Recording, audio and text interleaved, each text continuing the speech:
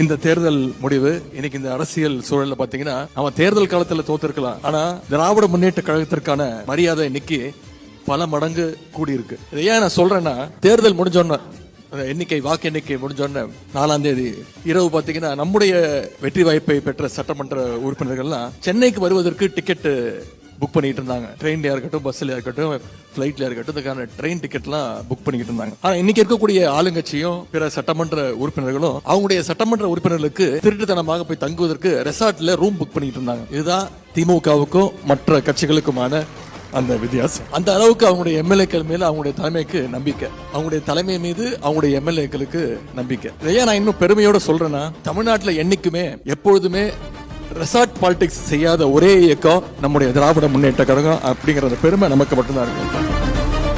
அதற்கு என்ன காரணம்? தலைமை மீது தொண்டர்களுக்கும், தொண்டர்கள் மீது நம்முடைய தலைவர் அவர்களுக்கும் இருக்கக்கூடிய அந்த பாண்டிங், அந்த நம்பிக்கை இருக்கிற வரைக்கும் நம்முடைய தலைவரையோ நம்முடைய திராவிட முன்னேற்ற கழகத்தை யாரும் தொட்டு கூட பார்க்க முடியாது.